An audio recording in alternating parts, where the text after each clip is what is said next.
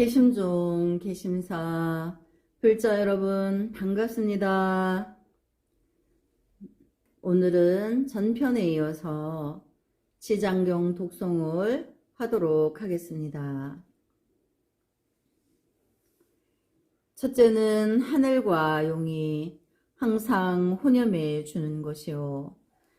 둘째는 선과가 날로 더하며, 셋째는 성인의 높은 인이 모이며, 넷째는 보리도에서 물러서지 아니하며, 다섯째는 의식이 풍족하며, 여섯째는 질병이 이르지 못하며, 일곱째는 수제나 화제를 여이며, 여덟째는 도적의 액난이 없으며, 아홉째는 사람들이 흠모하고 공경하며, 열째는 귀신이 도와주며, 열한째는 여자가 남자의 몸으로 바뀌며, 열두째는 혹은 왕이나 대신의 딸이 되며, 열셋째는 상호가 단정하며,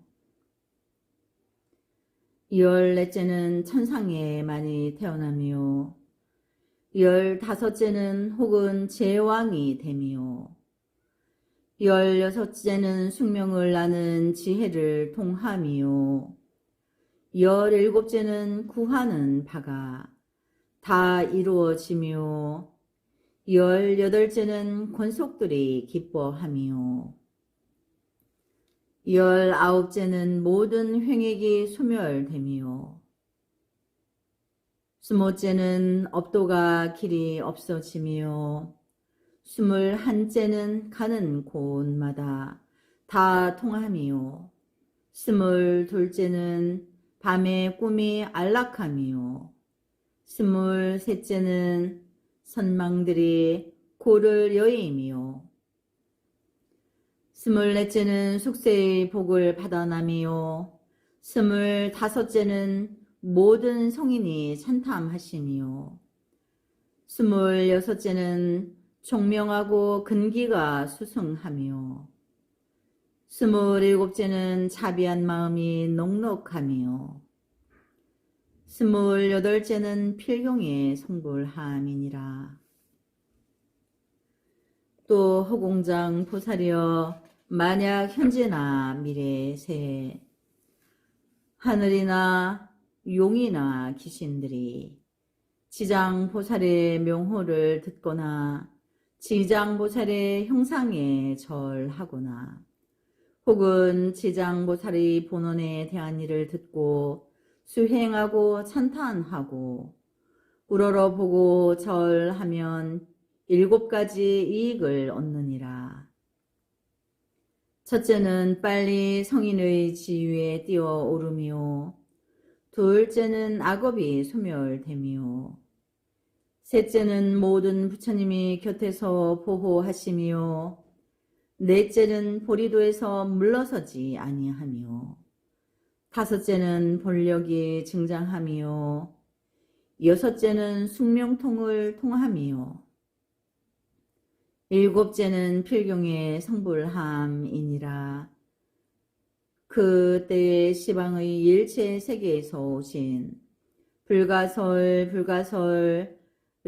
모든 부처님과 대보살과 하늘과 팔부 등이 서가모니 부처님께서 지장보살의 큰 위실력이 불가사의함을 드날리시고 찬탄하심을 듣고 미중유한 일이라고 감탄하였다.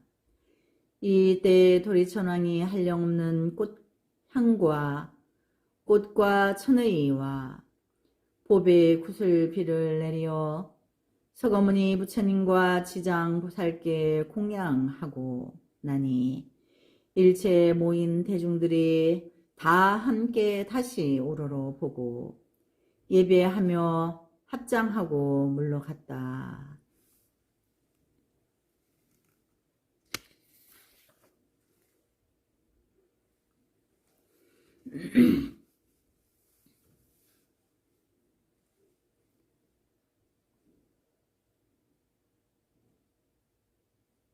지장보살 신앙 영험록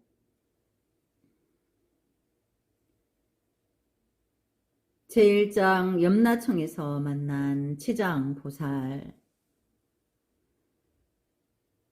당나라 옹주 운현 땅에 살던 이씨 부인은 신심이 두텁고 부처님 법을 받드는데 정성을 다하는 분이었다.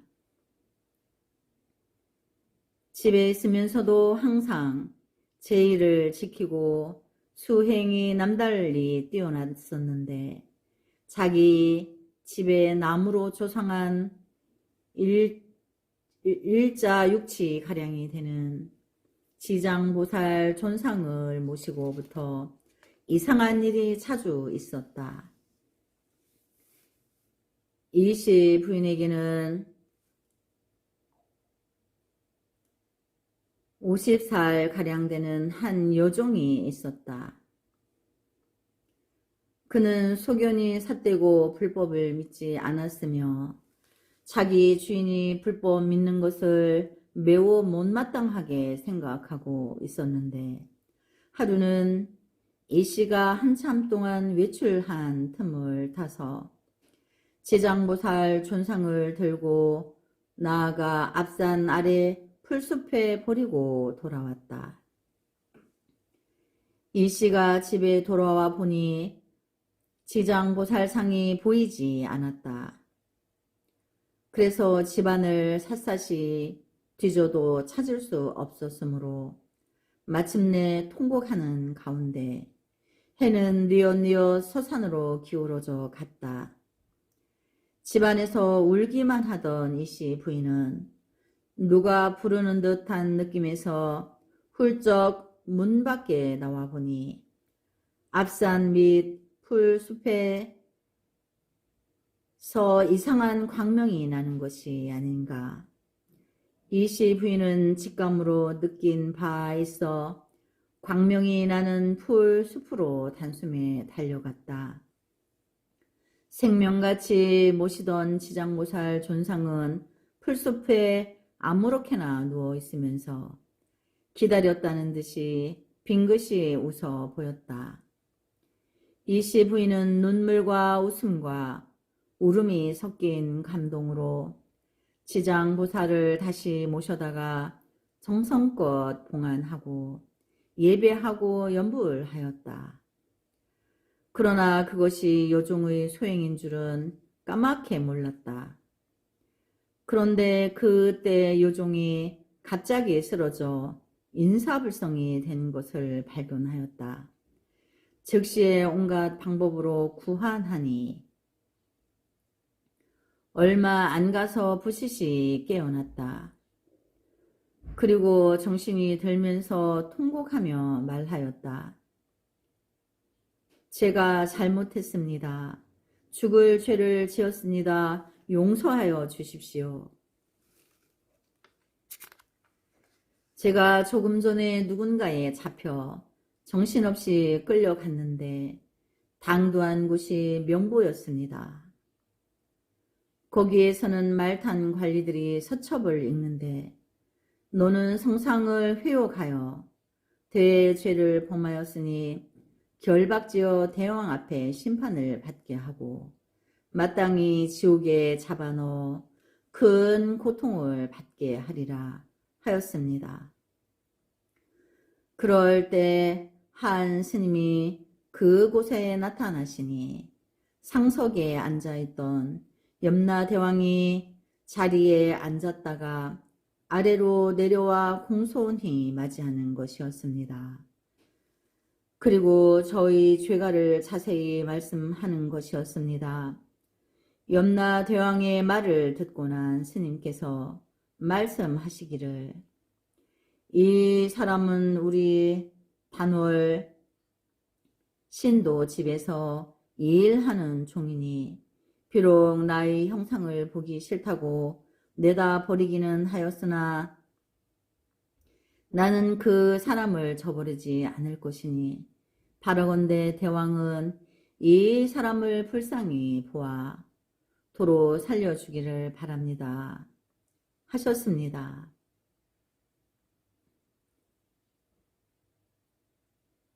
염라대왕 고 저를 방면하였습니다. 저는 그 말을 듣고 곧 저의 잘못을 깊이 뉘우쳤습니다. 제가 부처님을 좋아하지 아니했고 지장보살을 내다버린 것을 뼈 아프게 참회하겠습니다. 그리고서 그 자리에 꿇어앉아 나무 지장보살하고 큰 소리로 부르며 뉘우쳤습니다. 그랬더니 그곳 명부에 있던 죄인들에게 채워있던 고랑새가 지장보살 부르는 소리가 들리는 데까지는 전부 벗겨졌습니다. 그리고서 스님께서는 저희 손을 이끌어 염라청에서 막 나오셨는데 어디론지 사라지고 말았습니다. 마님, 제가 잘못했습니다. 용서하여 주십시오. 요종은 계속 눈물을 흘리며 이시 부인 앞에 엎드려 일어날 줄 몰랐다. 이시 부인은 그를 달래어 지장보살 앞에 예경을 드리며 참회하게 하였다. 이 사실을 전해들은 그 고을 사람들은 불법의 신비한 영험에 놀랐고 크게 신심을 일으켜 부처님 법을 받들며 지장보살 신앙이 높아졌다. 이시 부인과 요종도 그 신앙이 천만 배나 더한 것은 불문가지이다.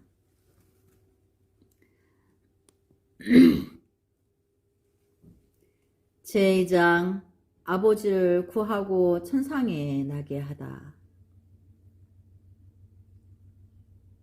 당나라 무주 땅에 살던 조씨는 일찍부터 부처님께 귀의하고 지장보살 앞에 지극정성으로 연불하였다. 무주 자사의 며느리가 되었는데 지장보살을 향한 공경심은 더욱더 간절하였다.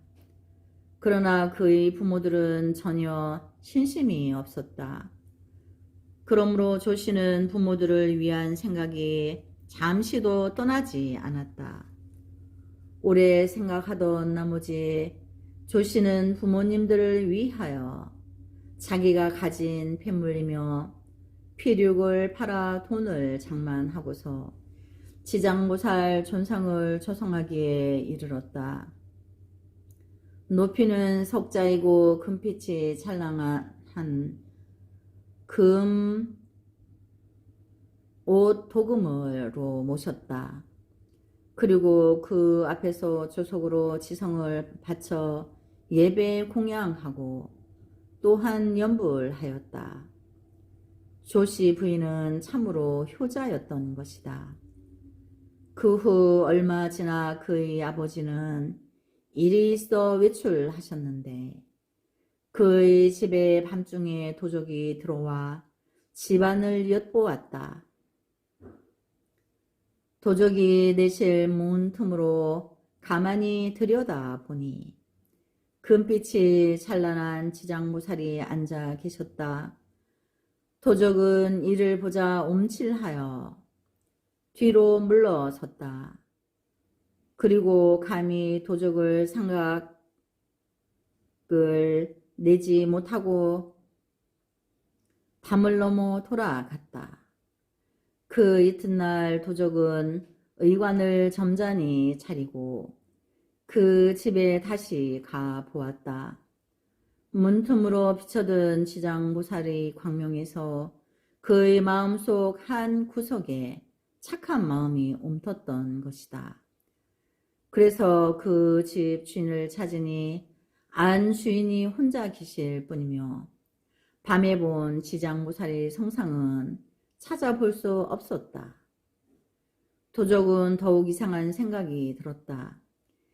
기필 이 댁에는 성인이 가호하시는 댁이라는 것을 느끼고 이제까지의 자기의 과거를 다 털어놓아 말하였다. 그리고 진정으로 참회하고 그 노인에게 공경스러운 인사를 드리고 물러갔다. 그 일이 있은 뒤 다시 조씨 아버지는 먼 길을 가던 길 도중에 우연히 사뭇 과거의 원적 관계자를 만났다.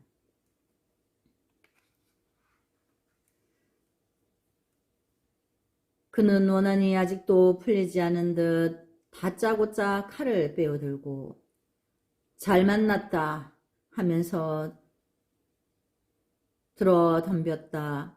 조씨의 아버지는 혼비백산하고 당황하여 어쩔 줄 모르고 있는데 갑자기 그 앞에 금빛 옷을 입은 스님 한 분이 나타나 원수가 내려치는 칼을 막았다.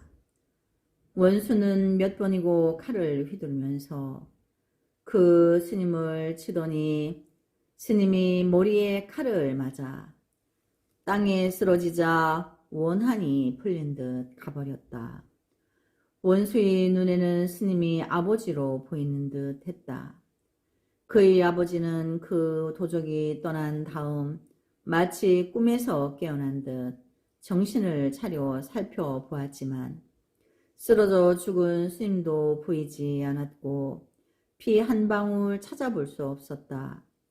하도 놀랍고 기이하여 그의 아버지는 가던 길을 멈추고 곧 바로 연불 잘하는 자기 딸의 집으로 찾아갔다.